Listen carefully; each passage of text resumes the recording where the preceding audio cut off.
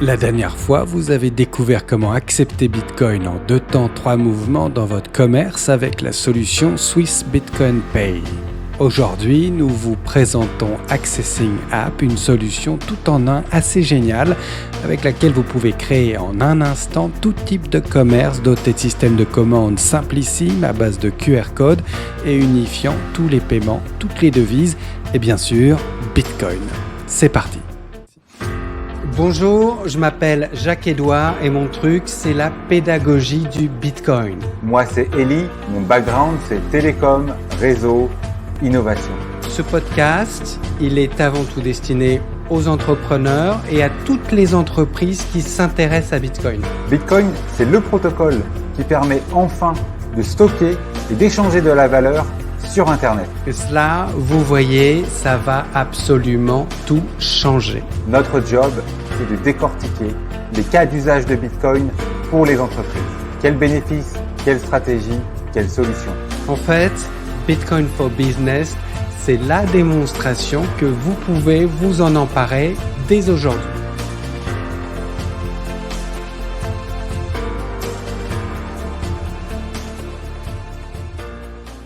Bertrand Vautier, bonjour.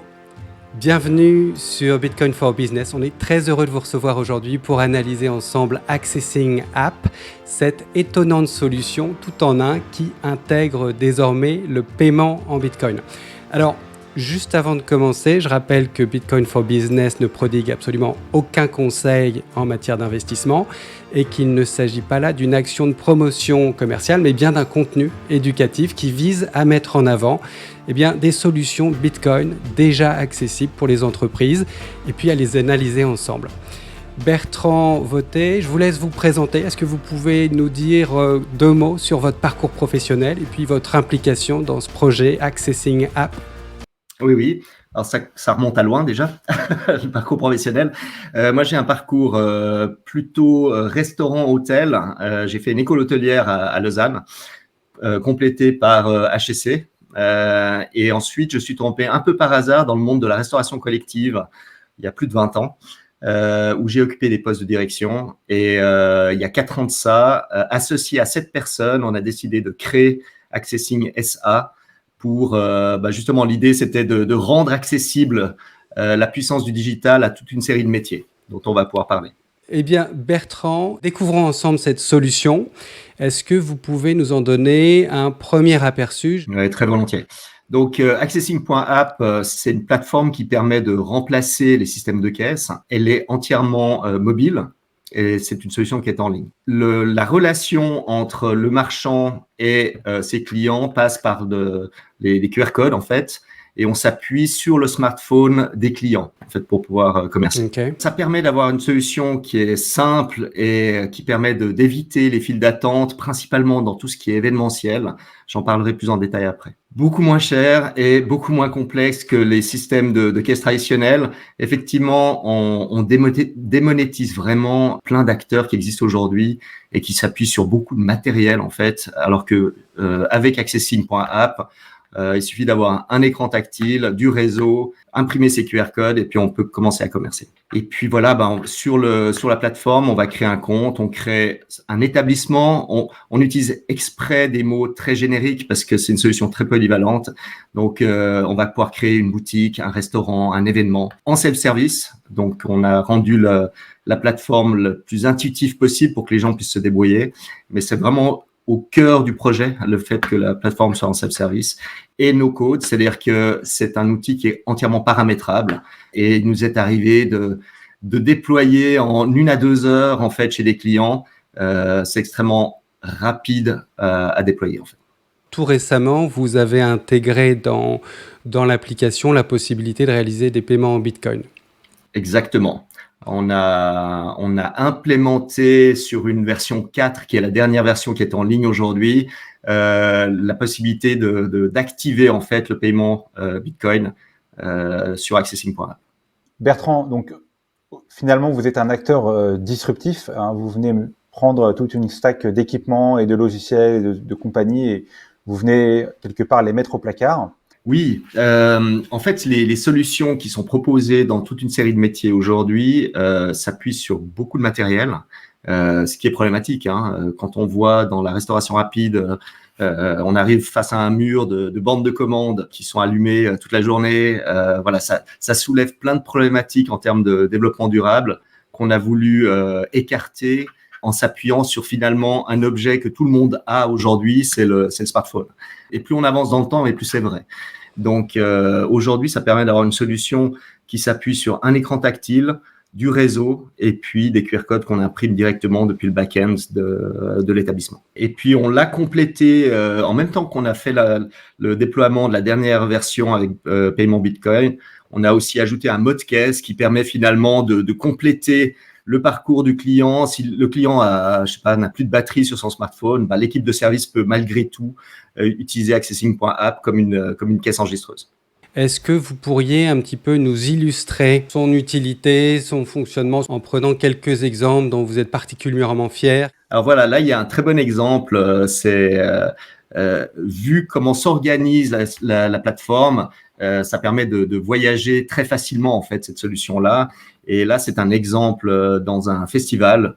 On travaille avec des street food festivals, avec des festivals de musique, où en fait, il suffit d'avoir ces QR codes liés à l'établissement. Et puis, ça permet d'éviter aux festivaliers de faire des files d'attente en permanence. Ça m'est arrivé assez souvent d'aller en festival puis de pester contre ces buvettes où en fait, on doit quitter ses amis, faire la queue 20 minutes, revenir, et puis on a perdu le fil de la conversation. Alors qu'ici, on peut rester entre amis ou en famille, scanner le QR code, passer sa commande, et puis on est notifié sur son smartphone quand la commande est prête et on passe directement à la fast lane pour faire du takeaway. Et donc là, en l'occurrence, ce QR code, là, effectivement, il fonctionne. Là, je vois. On peut dire à nos auditeurs qui vont revoir cette vidéo en replay, de l'essayer en fait avec leur téléphone. Ça va marcher et vous tomberez en fait donc sur le back-end staging de ce commerce. Exactement. Voilà. Vous pouvez jouer avec. Il y a une carte de crédit test qui est indiquée au checkout. Donc, vous pouvez tout à fait essayer la solution jusqu'au bout. En fait. Donc là, on arrive sur la sandwicherie NAS. Donc, c'est Natural American Sandwiches. Et donc là, typiquement, ça va être un QR code par stand, par vendeur, Voilà. Alors, c'est peut-être le bon moment d'expliquer un petit peu comment se structurent les services. On propose 3 types de services et après, c'est le marchand qui fait son choix en fonction de son organisation. On a un type de service qui est du Customer on the Move. C'est le cas d'espèce ici. C'est-à-dire qu'on n'a pas besoin de savoir à quel emplacement se trouve le client. C'est lui qui va se déplacer à terme pour récupérer sa commande. Okay. On a le Service on the Move. Là, on va générer en fait dans le back-end une liste d'emplacements. Donc, des emplacements, ça peut être des tables, ça peut être des pistes de bowling, ça peut être un siège dans un stade. Il y a plein d'exemples. Et en fait, lorsque la commande est prête, c'est le service qui va se déplacer pour aller vers le client. Et donc là, chaque emplacement est doté d'un petit QR code qui lui est propre.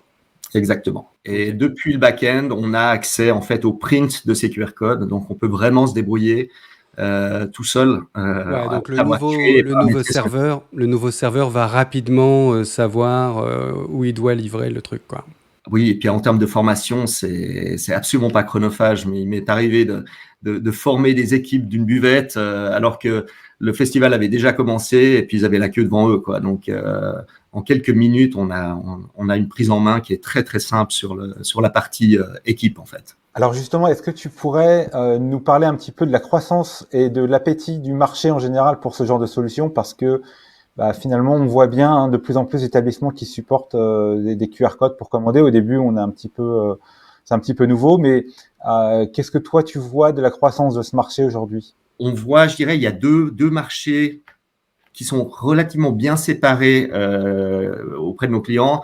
Un, c'est ce qu'on appelle le retail, c'est-à-dire c'est tout ce qui est événementiel, restauration, etc. Et puis un qui est plus sur la restauration d'entreprise, donc la restauration collective, où il y a une différence qui est majeure, c'est-à-dire que dans le public, c'est des gens qui découvrent chaque fois la solution. Donc, il n'y a pas une montée en compétences, alors que dans le monde de la restauration d'entreprise, on a les mêmes clients tous les jours. Donc, il y a une acceptation qui est beaucoup plus grande dans ce milieu de la restauration collective que dans la restauration purement publique, en fait. C'est générationnel. Il faut voir que ce soit nos clients ou les clients des clients, c'est assez générationnel. On est dans, je dirais, la génération qui a un peu moins d'appétence par rapport à ça. Par contre, dès qu'on parle à des trentenaires, des vingtenaires, l'écoute est complètement différente. Il y a peut-être un élément qui est important aussi, qui va un petit peu dans ce sens-là. On se rend compte que, en général, quand ils adoptent la solution, ils la quittent plus. Alors qu'ils pourraient la quitter. On a une solution qui contractuellement amène beaucoup de liberté. On peut quitter tous les mois, donc voilà, il n'y a pas de fil à la patte quand on décide d'essayer la solution. On a longuement réfléchi à un modèle d'affaires qui permette de couvrir toute une série de métiers, et notamment quand on parle de saisonniers, c'est-à-dire c'est des activités qui vont avoir lieu sur quelques jours, quelques semaines dans l'année, et ensuite simplement les services de ce client sont désactivés, il désactive ses services, mais il reste présent sur nos serveurs pour pouvoir simplement réactiver la saison suivante.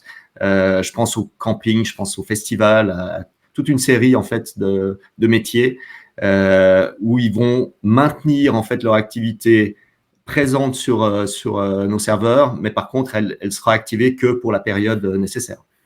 Bertrand, tu peux nous détailler les typologies de vente? Alors, en fait, on a 3 types de services. Comme je disais, il y a le Customer on the Move, c'est-à-dire qu'on n'a pas besoin de connaître l'emplacement de la personne. C'est un QR code générique pour l'établissement.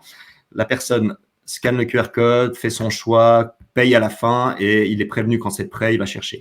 Donc, ce qui permet de faire du click and collect, du takeaway. La différence entre les deux, c'est que le takeaway, c'est sur le moment, alors que le click and collect, c'est plutôt en décalé, c'est-à-dire que je commande et puis je vais chercher demain ou dans l'après-midi.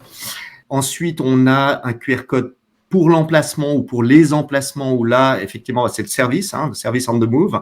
Je commande et puis on m'amène ma commande lorsqu'elle est prête.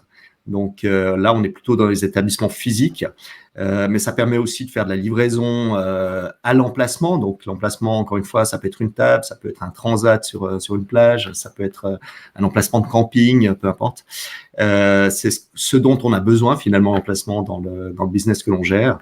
Et puis, ça permet de faire de la livraison aussi parce qu'on peut paramétrer pour récupérer les adresses des personnes, donc faire de la boutique, du vrai pur e-commerce.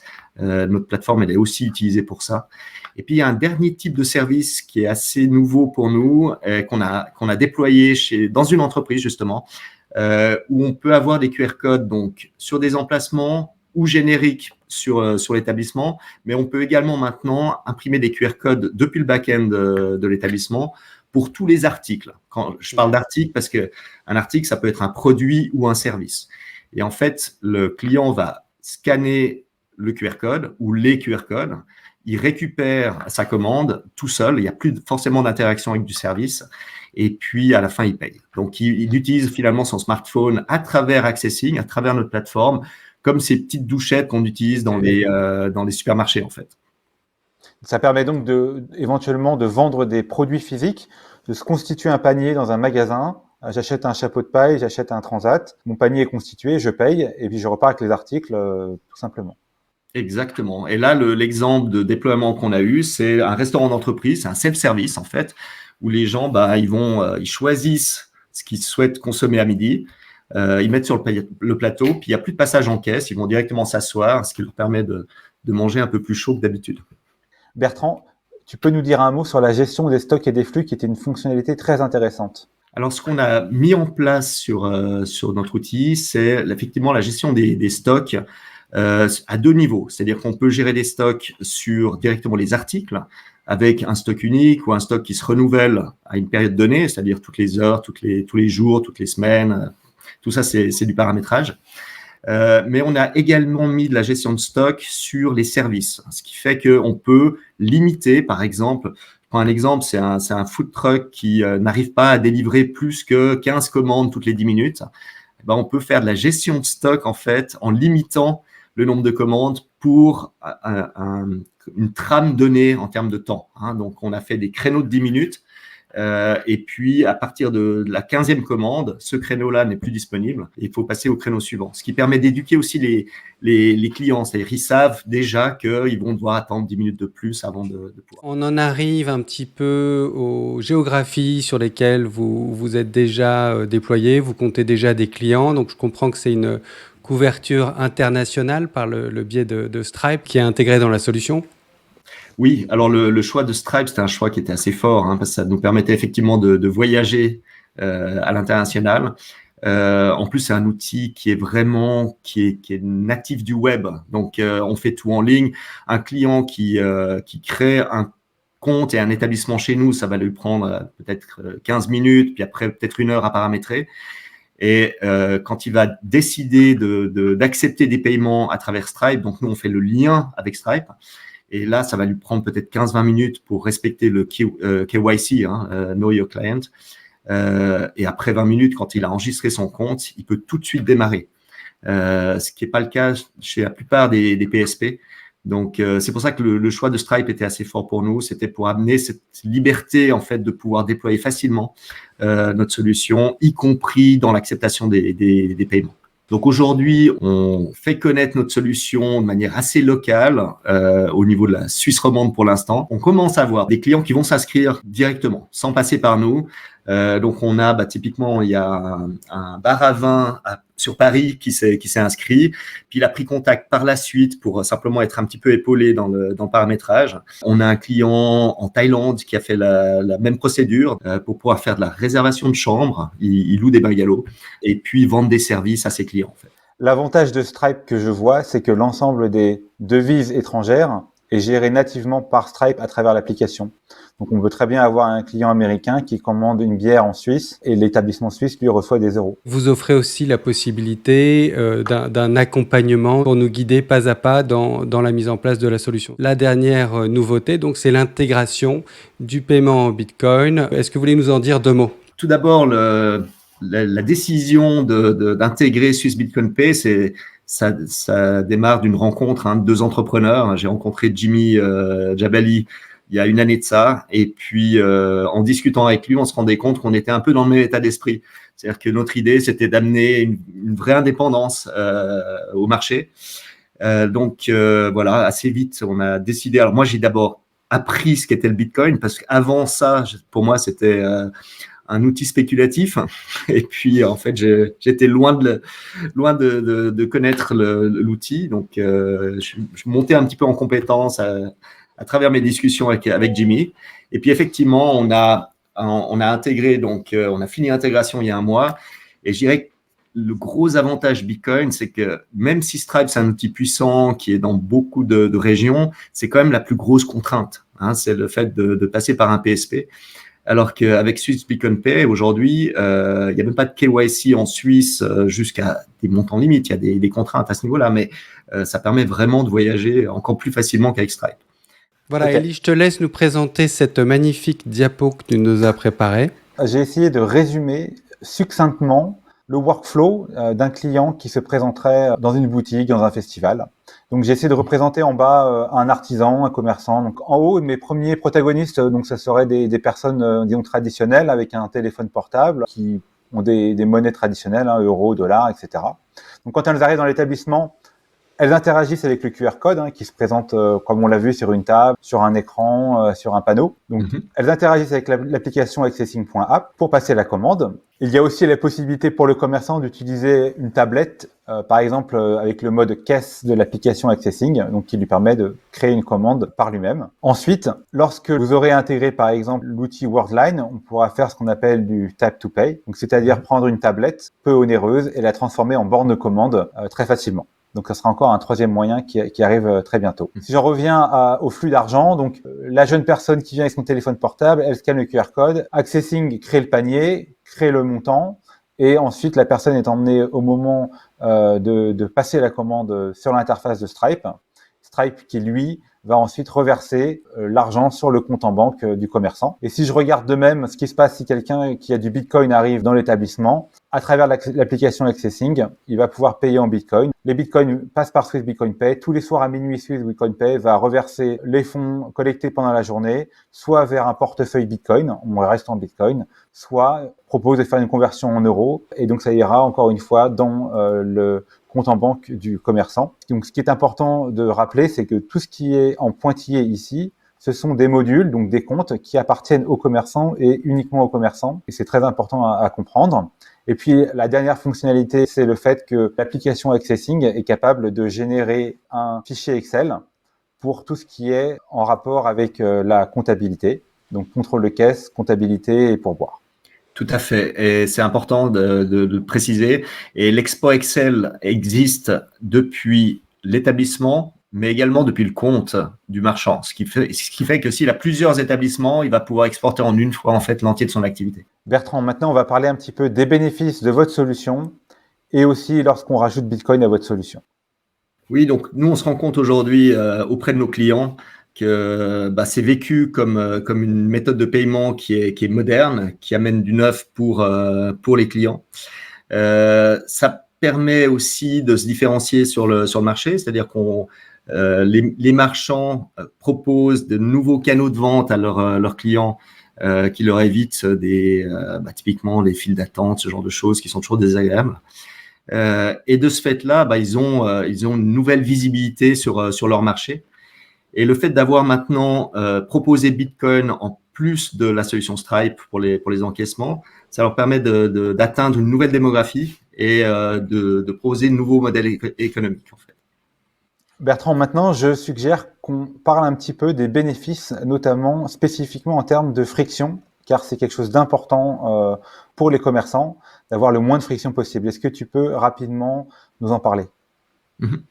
Alors, comme on en parlait au début, en fait, le fait que la solution soit en self-service, ça permet vraiment de démarrer très rapidement. Le gros du travail de développement, de conception et de développement a été fait dans l'idée d'amener cette autonomie donc en self-service et puis d'avoir une solution suffisamment intuitive pour des gens qui connaissent absolument rien à l'informatique, mais qui puissent quand même créer et paramétrer leur établissement sans forcément d'aide extérieure. Ça permet aujourd'hui effectivement de remplacer toute une série de matériels. On peut démarrer sans forcément investir dans un système de caisse et des lecteurs de cartes.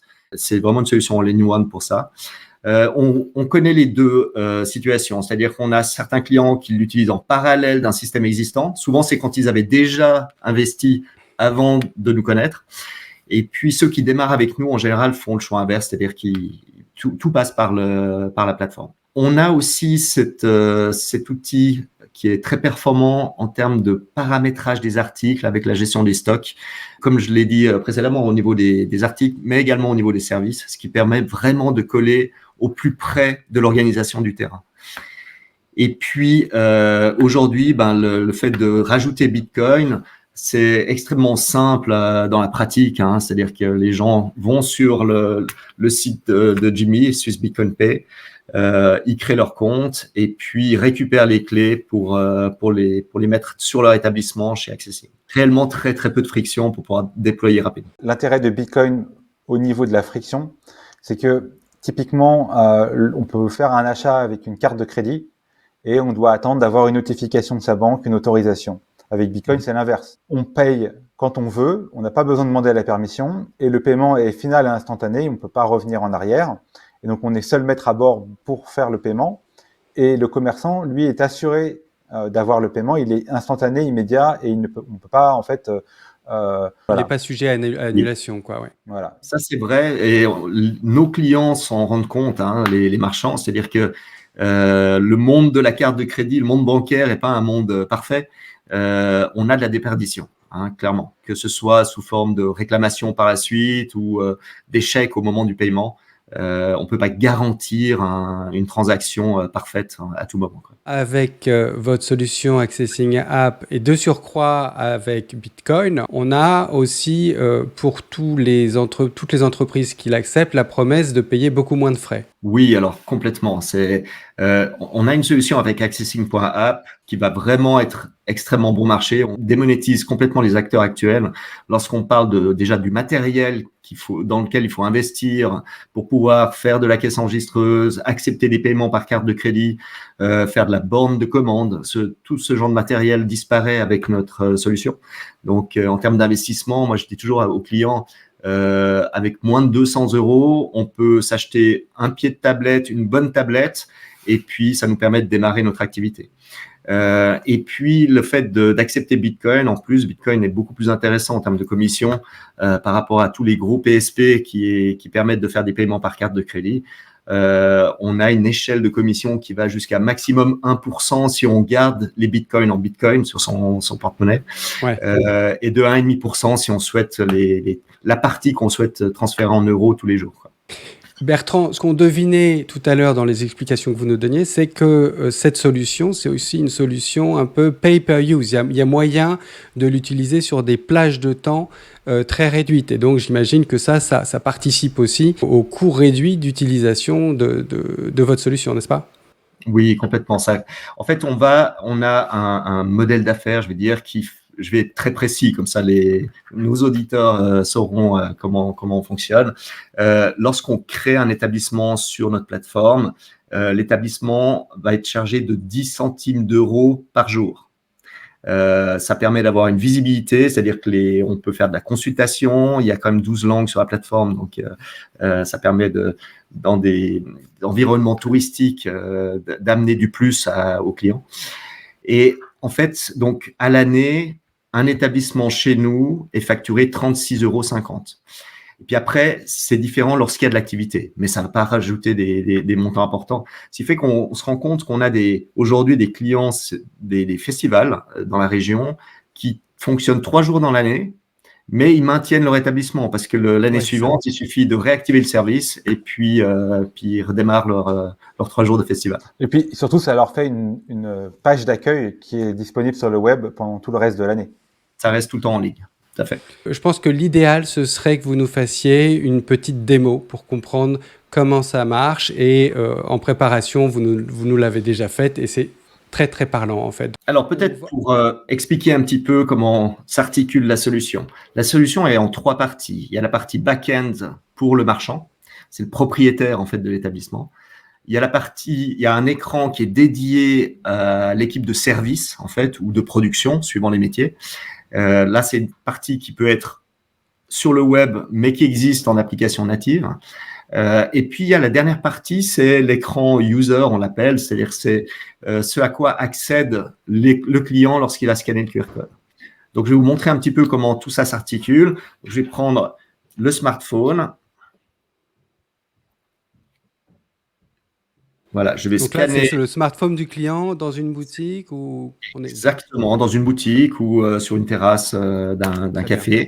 Voilà. Et là, j'arrive en fait sur l'interface pour les clients. Donc, on peut voir que c'était. Donc, on est chez Mamie Pizza. On était assis à la table d'une pizzeria là.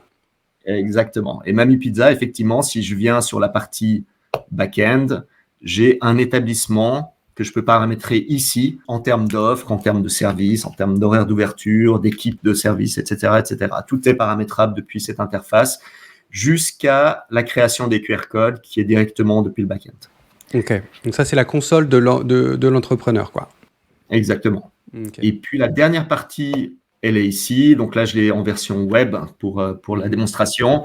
C'est l'écran de l'équipe qui gère finalement les activités qui arrivent sur cet écran depuis les commandes des clients. C'est du flux en temps réel. Ouais, d'accord. Donc si je suis un cuisinier et que j'ai un écran, je vais voir cette partie à droite grise et quand une commande va arriver, j'imagine qu'il va se passer des choses. Ouais, tout à fait.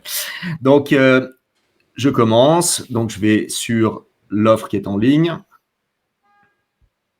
Donc là, il faut se rendre compte que j'ai pas forcément de compte, c'est-à-dire que j'arrive peut-être pour la première fois dans cet établissement, j'ouvre l'appareil photo de mon smartphone, je scanne le QR code et je peux rester en mode invité jusqu'au bout de la démarche. D'accord ? L'idée, c'est vraiment qu'il n'y ait aucune friction à l'entrée pour les clients. Donc là, je vais choisir une pizza. Hop, je vais prendre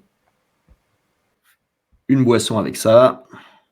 c'est très suisse, hein, je suis désolé, mais là, c'est des francs suisses, mais en fait, l'établissement, en fonction du paramétrage, il va être en euros, en dollars, peu importe. Toutes les monnaies sont disponibles. Donc voilà, donc là, maintenant, je suis passé au panier. J'ai possibilité d'envoyer un message au service à l'équipe de service, hein, par exemple du pain, s'il vous plaît, ou merci d'installer une chaise pour enfants, ce genre de choses. Suivant, j'arrive vraiment sur le checkout et ici, effectivement, j'ai différents moyens de paiement. Là, je suis sur un compte, donc je suis connecté sur mon compte, donc j'ai enregistré mes moyens de paiement et on voit qu'on a ici en fait intégré ce Swiss Bitcoin Pay que je vais pouvoir utiliser. Hop. Okay. Et là, je vais arriver chez Jimmy avec la facture Bitcoin qui est créée. Voilà. Donc là, je vais essayer. Là, j'ai ouvert mon petit porte-monnaie, mon wallet Phoenix, pour un montant de 1 SAT. Hein, exact. je paye. Hop, ça y est, je viens de payer. Voilà, là, je viens de payer 1 SAT. Donc, c'est le montant le plus faible qu'on puisse payer sur Bitcoin. C'est une pizza très, très bon marché, en fait. Très, très bon marché. Hein. 0,06 centimes. Voilà. Donc ça veut dire que là, concrètement, toute cette opération, c'est moi qui aurais pu la faire sur la table à laquelle on est assise dans cette pizzeria. J'ai choisi, j'ai commandé. Je peux payer soit mon repas, soit le repas de toute la tablée. Et je viens de payer par Bitcoin, en Lightning. OK ? Exactement. Et là, ce que tu nous présentes sur la droite, c'est le flux de données qui arrive en prod, c'est ça ? Oui, c'est ça. C'est-à-dire que ça va être en cuisine, au service, ou les deux, hein, parce qu'on peut multiplier les écrans, en fait. Ouais. Après, on va filtrer. On a des activités à très haute fréquence où, en fait, on va avoir un écran qui accepte les commandes qui sont dans un statut nouveau et accepté. Et puis, c'est les gens qui produisent, en fait. Et puis, un autre écran où il n'y a que de la distribution. Il faut aller très, très vite. Donc, quelqu'un qui voit que les commandes prêtes, par exemple. Donc, on peut partager le travail en fonction de la fréquence des commandes. Et là, c'est toute votre expérience dans le secteur de la restauration à grande échelle aussi qui vous a amené à incorporer toutes ces fonctionnalités qui sont hyper importantes pour être efficaces, quoi. C'est ce qui fait vraiment la différence par rapport à un pur acteur e-commerce. C'est-à-dire qu'on a pensé vraiment aux professionnels derrière qui doivent traiter, en fait, toutes ces commandes. Et donc là, on a un exemple d'écran, c'est l'écran principal qui s'appelle l'écran activité, où on va avoir les commandes qui arrivent au fur et à mesure. Il faut savoir que si je refais une commande, ça sera la commande 117 avec 2 lettres aléatoires qui permettent de sécuriser, en fait, ce lien entre l'acheteur et le marchand.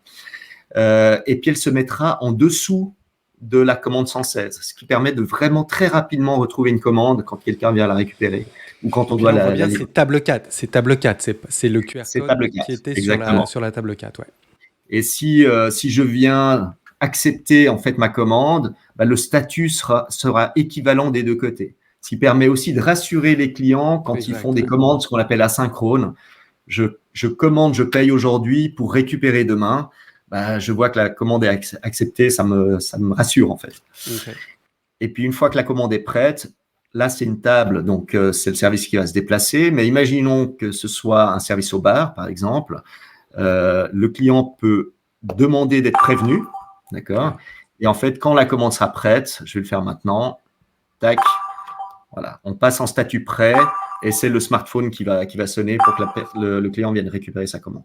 Génial. Puis ensuite, on passe en livré et puis ça disparaît. Ok. Ça sonne 5 fois, c'est normal. Hein, c'est pour les environnements bruyants. Voilà, ça va s'arrêter.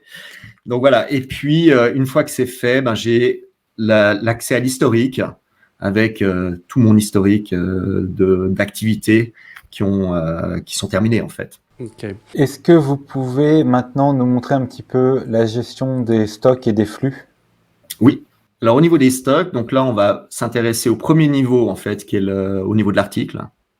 Donc on va retrouver dans la partie article toute l'infrastructure de l'offre, hein, avec les catégories principales, les sous-catégories. Tout ça, c'est vraiment je dis toujours à mes clients, allez-y, amusez-vous, parce que tout ce que vous faites, vous pouvez le défaire. Donc, vous avez le droit de vous tromper, et puis derrière, on peut réparer.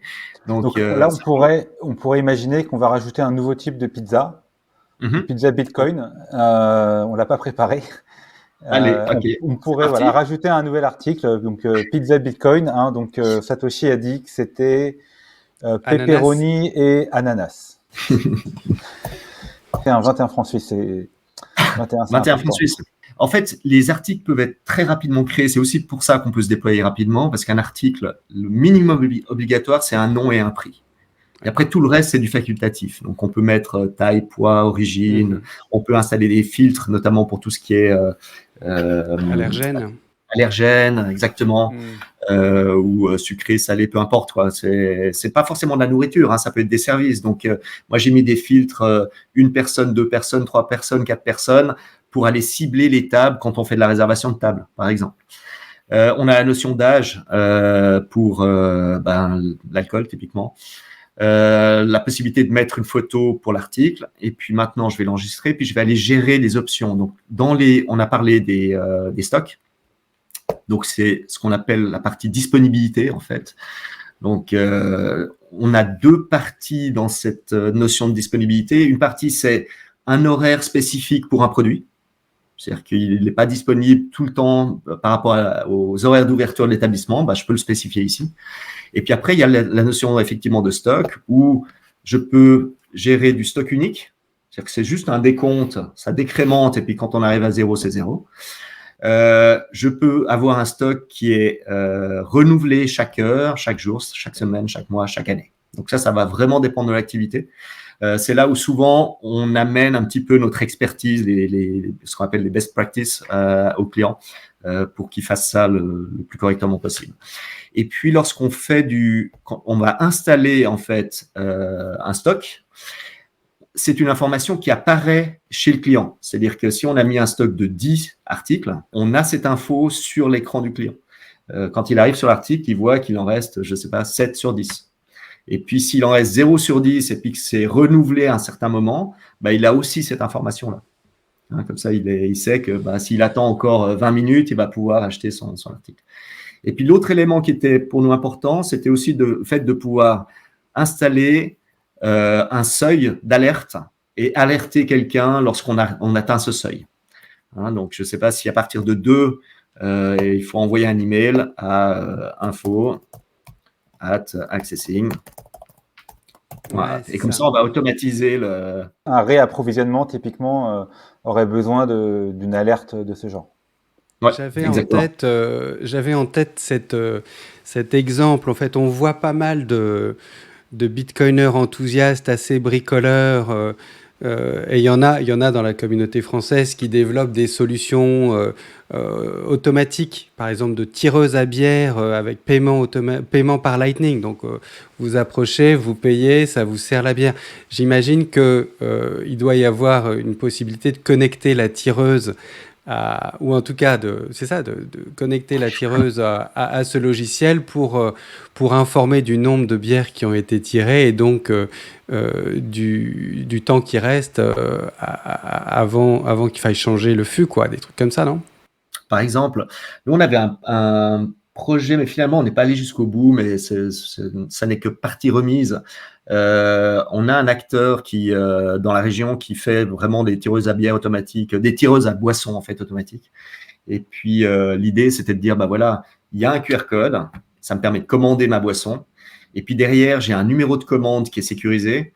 Et on travaille sur la même base de données. Et puis quand je rentre mon numéro de commande, ça me tire mes boissons. Et puis, ça permettrait d'éviter d'avoir toute une équipe de service autour. En fait, la personne va à l'appareil, rentre son code, son numéro de commande, en fait, et puis ça délivre là où les boissons qu'il a commandées. Ok, donc Bertrand, peut-être que vous pouvez aussi nous parler du paramétrage des systèmes de paiement et des devises qui sont acceptées. Je passe l'étape création de l'établissement. Hein, c'est un onboarding très simple en 3-4 étapes. Donc ça, c'est vraiment, il n'y aura pas de surprise. Effectivement, après, quand j'ai créé mon établissement, que je commence à paramétrer mon organisation, je vais me retrouver assez vite confronté au service, c'est-à-dire je distribue, les gens viennent chercher, j'amène, etc. Et au niveau des services, donc je vais aller derrière ce bouton-là. On a des services quand on paramètre. Je vais prendre un exemple. Voilà. Le fait que c'est un service qui accepte les paiements ou pas. Et dès l'instant, la toute première fois où je génère un service qui accepte les paiements, bah là, on est redirigé vers Stripe tout de suite. Hein. Okay. Et puis, on va sélectionner son compte existant Stripe ou créer un nouveau compte. Ça, c'est vraiment la partie compliance qui est importante. Parce qu'après, on parle vraiment d'argent qui circule. Hein. Et puis, lorsque le compte est sélectionné ou créé chez Stripe, on est redirigé en fait vers Accessing pour pouvoir continuer son paramétrage. Puis ensuite, je vais vous montrer ici, voilà, dans l'établissement, au niveau du menu, on a un outil qui s'appelle prestataire de paiement. Et ici, vous allez voir, on a en fait, alors j'ai 3 canaux qui ont été activés pour ce mode démo. Le premier, c'est Stripe, qui est là. Le deuxième, c'est le mode caisse enregistreuse, qui permet à l'équipe de service de prendre la main avec les mêmes interfaces que pour les clients. Et puis, le dernier, c'est Swiss Bitcoin Pay, pardon. Donc, comment ça se passe? On crée son compte sur Swiss Bitcoin Pay. On récupère ses clés et puis on va les inscrire simplement ici au niveau du paramétrage. Alors, on parle de clé API, hein, on ne parle pas de clé de dépense. De clé API. Oui, tout à fait. Non, je dis c'est encore plus simple que Stripe, c'est moins long, hein, c'est moins chronophage que de créer un compte sur Stripe, de créer un compte sur Swiss Bitcoin Pay. Lorsqu'on voit ici écrit Stripe et Swiss Bitcoin Pay, donc ce sont des comptes qui appartiennent au commerçant et qui sont créés par le commerçant. C'est ça, c'est du compte à compte, hein, ça passe pas par Accessing en fait. Nous, on fait que calculer le montant dû. Et après, c'est ou chez Stripe ou chez Swiss Bitcoin Pay que les choses se déroulent. Donc, ça va directement du client vers le compte bancaire du marchand lorsqu'il a renseigné son compte Stripe ou vers son porte-monnaie on-chain chez SBP. Et Bertrand, on a besoin d'un compte Stripe pour utiliser Accessing ou on peut le faire simplement avec un compte Swiss Bitcoin Pay? Alors, on ne peut pas directement faire SBP sans autre PSP pour des raisons simplement de compliance. C'est-à-dire qu'on a besoin de s'assurer que les marchands sont vraiment des marchands. Hein, vu que c'est en libre accès, on a besoin de cette sécurité-là, c'est que y ait un PSP reconnu qui fasse ce travail en fait de check des marchands. Et c'est vrai encore pour quelques jours parce que on a mis en test depuis ce matin d'ailleurs, c'est drôle, un nouveau PSP qui est Worldline, qui est moins un acteur web, mais ils offrent les outils malgré tout, qui est plus intéressant en termes de commission que Stripe, qui est moins puissant mais plus intéressant en termes de commission. Donc en fait, on aura pour un de nos clients, il aura le choix au départ, dire OK, je travaille avec Stripe ou avec Worldline. Puis après, il aura fait cette démarche de KYC et il pourra activer SBP ou ne pas l'activer. C'est juste un passage obligé. Si derrière, il décide de faire que du Bitcoin, très bien. Il désactive son compte Stripe, quoi, je veux dire. Voilà. Mais au moins, on a fait cette démarche compliance qui est importante. Hier, Revolut a été annoncé comme supportant Bitcoin. OK. Entrée-sortie. Donc, ça permet d'avoir un compte en banque qui soit entrée-sortie, 4 états, hein, fiat in, fiat out, Bitcoin in, Bitcoin out. Wow. Donc là, Worldline qui, a priori, est en train de grenouiller. Donc, vous voyez, les choses avancent. Le monde bancaire, ça va être compliqué. D'ailleurs, la publicité de Revolut en ce moment, c'est les banques vont avoir de la peine à suivre, je crois. Il y a des gens qui arrivent très bien à se débrouiller assez facilement pour le faire tout seul, en l'espace d'une demi-heure, 1 heure, mais vous offrez des services d'accompagnement, c'est ça? Oui, tout à fait. On a sur, je vais peut-être juste le montrer à l'écran, comme ça on le voit. On a sur notre site internet directement, on a estimé que c'était la manière la plus simple et accessible en fait pour des gens qui souhaitent être aidés. Voilà, il y a possibilité de planifier en fait une démo. Ça prend 1 demi-heure, 1 heure. On prend le temps de leur montrer lorsqu'ils sont coincés pour les accompagner. Et puis, en plus, c'est quand même un monde nouveau, l'e-commerce. Alors, plus aussi nouveau que ça, mais malgré tout, il y a des bonnes pratiques dans l'e-commerce. Donc, on les conseille aussi sur la structure d'une offre. Hein. C'est toujours important d'arriver assez vite au produit. Pas passer toute une série de boutons. Plus on clique et moins on a de vente au bout. Donc, c'est tout des bonnes pratiques en fait qu'on divulgue aussi lors de ces demandes de démo. D'accord. Et je voulais juste revenir sur ce terme que vous mettez en avant, une solution no-code. Ça veut dire qu'il n'y a pas besoin de savoir écrire une ligne de code, il suffit d'assembler des... C'est du paramétrage. C'est vraiment que du paramétrage. C'est-à-dire que vous pourrez même pas mettre des lignes de code, pour être plus précis encore. C'est vraiment du paramétrage. C'est-à-dire que vous allez paramétrer les articles, les options sur les articles, les services, les créneaux. Tout ça, c'est vraiment que du paramètre. Donc, vous serez pas... Il n'y a pas besoin d'avoir un IT à côté. Hein. Il ne sera pas utile. C'est quoi l'écran le plus dur de paramétrage? C'est les créneaux, je pense.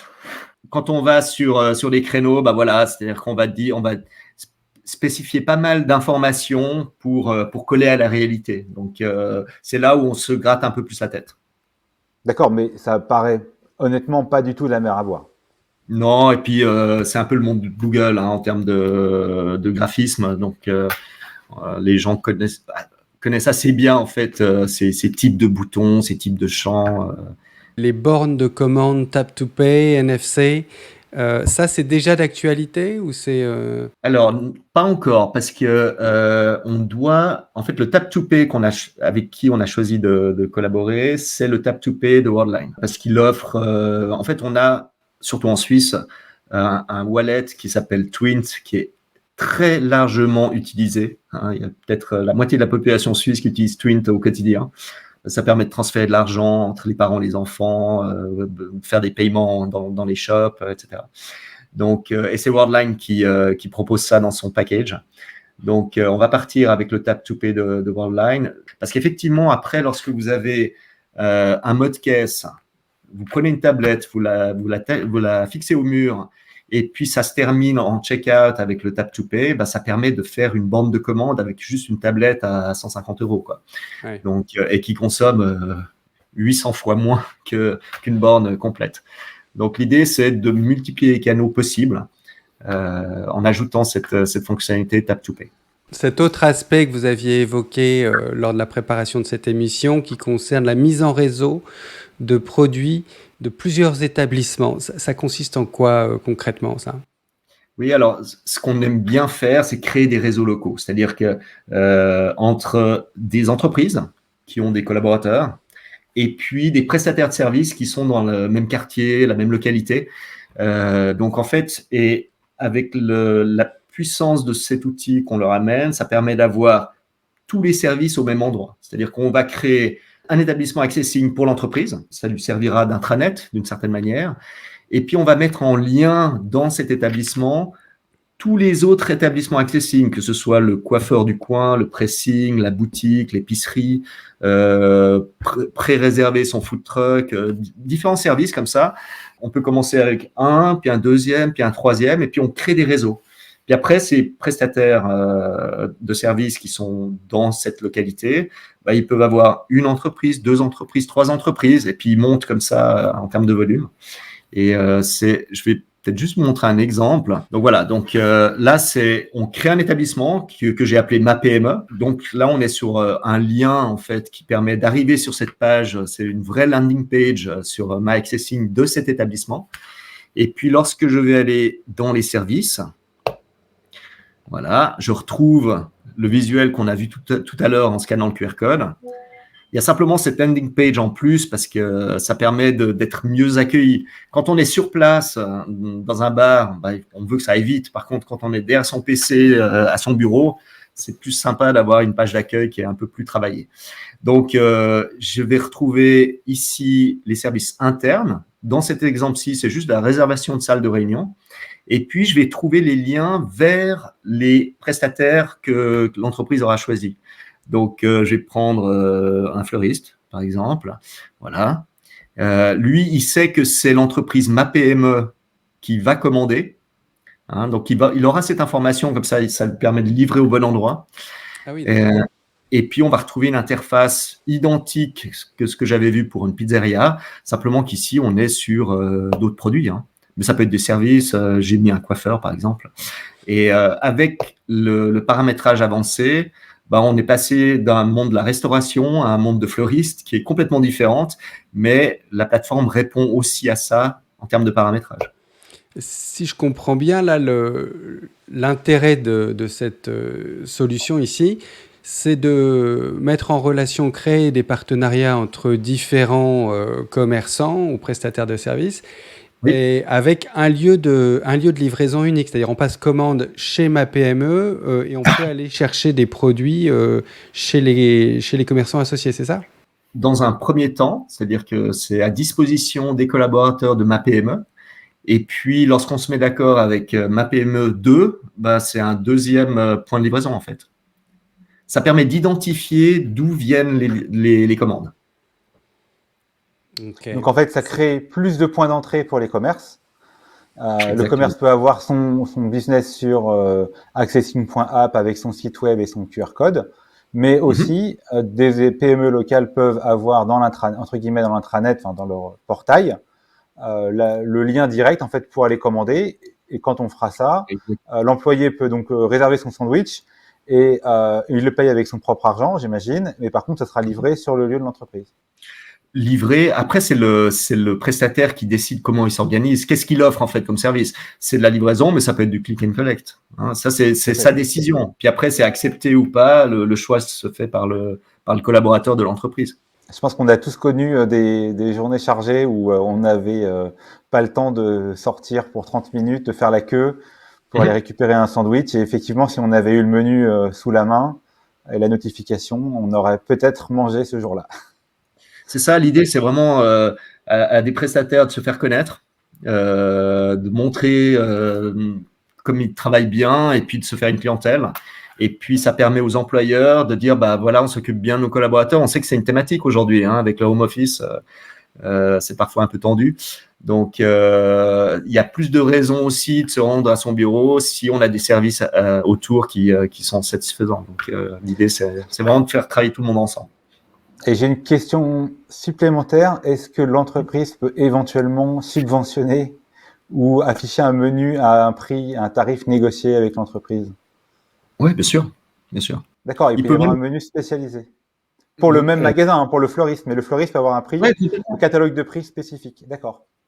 Et puis, il peut même séparer ces deux activités-là s'il le souhaite, parce qu'il a, il a une offre spécifique qui est différente. Il peut créer vu que l'établissement coûte quasiment rien, parfois on conseille plutôt d'aller vers un deuxième établissement pour une activité plus spécifique que de tout mettre dans un établissement très complexe où après on se perd un peu. Donc, très souvent, on leur dit, mais faites un deuxième à côté pour cette activité-là. Des entreprises comme la vôtre, qui proposent des solutions puissantes comme Accessing, elles donnent à tout un chacun toute la puissance de l'Internet sans avoir à y comprendre quoi que ce soit, en fait. Est-ce que vous, qui avez découvert Bitcoin finalement assez récemment, est-ce que, de votre point de vue, il faut comprendre Bitcoin pour pouvoir en bénéficier pleinement? C'est assez simple. Moi, il y a eu un point de bascule entre ce que j'entendais de Bitcoin et ce que j'ai appris par la suite, c'est quand j'ai compris le on-chain et le Lightning, pardon. Là, tout de suite, j'ai compris la similitude, les parallèles qu'on fait avec l'or, ce genre de choses. C'est bien de s'y intéresser, de toute façon, parce que c'est des monnaies d'avenir, mais c'est pas très compliqué d'accès en termes de compréhension. Le onboarding, pour aller vraiment jusqu'au bout de la question, le onboarding sur SBP, il est extrêmement simple. Moi, même sans savoir ce que c'est, j'aurais pu le pratiquer sans avoir plus d'informations sur Bitcoin. Une chose va réellement changer avec l'acceptation Bitcoin, c'est quand les gens auront compris que toute la mauvaise publicité qui a été faite autour de l'environnement est fausse. Je pense que c'est vraiment l'élément clé. Si on écarte ça, cette thématique-là, il y a toutes les bonnes raisons pour travailler en Bitcoin, quoi. Et d'ailleurs, j'invite les auditeurs à aller faire un tour sur le site Swiss Bitcoin Pay parce qu'il y a un FAQ dédié à toutes ces questions-là qui est très bien fait. Et ça permet vraiment d'approfondir la question. Et on sort de là avec vraiment des connaissances beaucoup plus précises sur la notion de Bitcoin. Ok, là je pense qu'il peut être intéressant, c'est qu'on se penche un moment sur les nouveaux modèles économiques qui couvrent l'intégration du paiement Bitcoin. Alors, je vais faire un portrait très rapide. Il faut bien comprendre qu'avec Bitcoin, un des premiers atouts, c'est le fait que nous ayons des frais qui soient très faibles. Par exemple, aujourd'hui, on peut imaginer que je puisse payer un article simplement quelques centimes. Ce n'est pas possible avec les canaux traditionnels, puisqu'on a des minimums de frais de paiement quand on utilise une carte bancaire. Avec Bitcoin, on est capable de créer des réseaux de paiement qui sont jusqu'à 1000 fois moins onéreux. Et donc, ça ouvre toute une catégorie en fait de modèles économiques. On peut éviter ce que j'appelle les bundles inutiles. Par exemple, imaginons qu'il y a un logiciel de retouche d'image, mais que parce que payer par une carte bancaire, ça génère des frais minimums tellement élevés, ils sont obligés de me vendre, par exemple, 100 retouches pour 5 euros, au lieu de me vendre une retouche pour 5 centimes. Avec Bitcoin, on peut offrir ce type de service et ça permet à la personne qui souhaite ne retoucher qu'une image de ne payer que 5 centimes. Donc ça permet de ne pas perdre de clients. On peut faire plein de choses autour de type collecte de fonds, des cagnottes, etc., sans avoir forcément à laisser un gros pourcentage à la plateforme qui génère en fait la partie collecte de fonds. Ça permet aussi de soutenir les créateurs de contenu. Alors, un créateur de contenu pourrait soit faire un paywall, c'est-à-dire qu'il met un petit code barre et puis on doit payer, je ne sais pas, quelques centimes ou 1 euro pour accéder au contenu, hein, une musique, une vidéo, un article. Ou alors, on peut faire ce qu'on appelle du value for value, c'est-à-dire que je poste du contenu et les gens qui aiment vont librement, spontanément faire une donation. C'est du pourboire, en fait. Et le fait de pouvoir, de pas avoir de frais minimum, ça permet aux gens, un grand nombre de gens de donner quelques centimes ou quelques euros et donc d'arriver à des revenus qui sont pas forcément négligeables, surtout pour quelqu'un qui se lance, surtout pour la partie création de contenu. Et puis il y a plein d'autres choses, hein. J'en cite par exemple les interactions monétisées avec le contenu. On a ça sur Bitcoin, un site où des gens posent des questions et puis on peut payer pour fournir une réponse. Donc ça permet de filtrer le spam. Le coût n'est pas élevé. Par contre, si on voulait spammer, ça deviendrait tout de suite très onéreux. Donc ça, c'est ce qui est lié aux faibles frais. Ensuite, on va pouvoir parler des frictions. Moi, au niveau des modèles économiques, ce que je vois, c'est que classiquement, aujourd'hui, il y a une fatigue de l'abonnement. Les gens ne veulent pas être abonnés à 12 services de streaming, à 12 services de journaux. Ils ont au maximum un par foyer. Et les gens seraient prêts à payer au service à l'acte si c'était fluide et si c'était facile. Et ça, c'est quelque chose que Bitcoin peut résoudre. Il y a aussi une autre fatigue qui est liée au fait d'avoir à créer un compte pour faire comme je le disais tout à l'heure, à même accéder à un service. Si je veux, je sais pas moi, commander un article de jardinage, il faut que je crée un compte, que je laisse ma date de naissance, peut-être même mon passeport, j'en sais rien. Donc j'attache un moyen de paiement, que je donne des informations personnelles. Ou alors parfois le service est gratuit, mais le fait que je doive créer un compte et donner des informations, ça veut dire que à la fois mes informations et ce que je fais sur le service, qui peuvent être reliés à mon adresse IP ou quoi que ce soit, font que en fait mes données qui sont personnelles sont revendues sans mon consentement. Et avec Bitcoin, notamment si on s'intéresse au Lightning et à ce qu'on appelle le Lightning Authorization, ça permet en fait de faire en sorte que le portefeuille en lui-même soit le moyen d'accéder au service. On n'a pas besoin de créer un compte, en fait, c'est la clé publique du portefeuille qui, de manière cryptographique, nous permet de nous identifier. La personne en face sait nous reconnaître de manière unique, donc on peut se connecter, se reconnecter, et le portefeuille, lui, est directement un moyen de paiement. Donc je n'ai pas besoin de créer compte, je n'ai pas besoin d'ajouter ma carte de crédit, je suis déjà en mesure de payer au moment où je me connecte. Donc, je ne peux pas rentrer dans les détails, mais il y a énormément de modèles économiques qui, à mon avis, vont pouvoir être débloqués grâce à ça. Voilà, donc le troisième pilier, c'est tout ce qui est lié à la facilité, le fait d'avoir quelque chose qui soit universel à Internet. Ça veut dire déjà qu'on n'a pas d'histoire de frontières. Avec Lightning, l'argent devient fluide, donc l'argent n'est pas lié à une autorisation. Donc, on pourrait imaginer même des flux de paiement de quelques centimes. On pourrait imaginer, je sais pas, brancher une voiture électrique, le câble de recharge, mais qu'il y ait aussi de la logique et qui permette de faire couler de l'argent dans le sens inverse qu'on fasse couler l'électricité. Et ça, c'est quelque chose aujourd'hui, si on essaye de l'imaginer avec un système de paiement, des cartes de crédit et des tiers d'autorisation, c'est impossible. Comme je l'avais dit, on peut aussi imaginer de monétiser l'expérience premium, c'est-à-dire en fait, soit on va perdre des clients parce qu'ils vont pas créer un compte, ou alors on va perdre des clients parce que à force de faire des tiers de niveaux différents pour pouvoir essayer d'attirer les gens vers le niveau supérieur, en fait on les perd.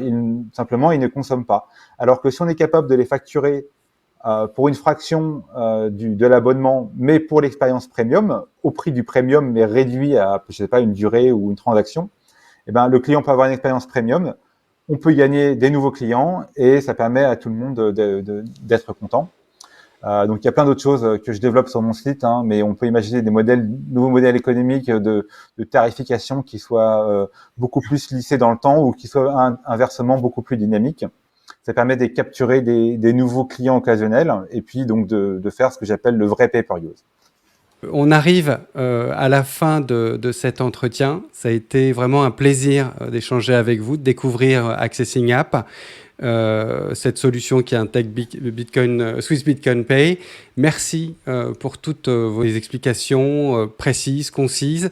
On rappelle donc l'adresse du site, ici, là, sur la slide, accessing.app, où toute personne peut vous contacter. Elle sera mise en lien avec un expert qui pourra l'accompagner justement dans la mise en place, dans la découverte de cette solution pour son cas précis. C'est bien ça? Tout à fait. Ouais, c'est juste. Voilà. Eh bien, merci à vous, surtout, messieurs. C'était vraiment intéressant d'échanger. Merci Bertrand. Et puis, bon vent à Accessing App et à toute l'équipe qui travaille sur ce beau projet. Et puis, au plaisir de se retrouver pour un update d'ici quelques mois. Bertrand, au revoir. Merci beaucoup et à très bientôt alors. Au revoir Jacques. Au revoir Elie. Merci.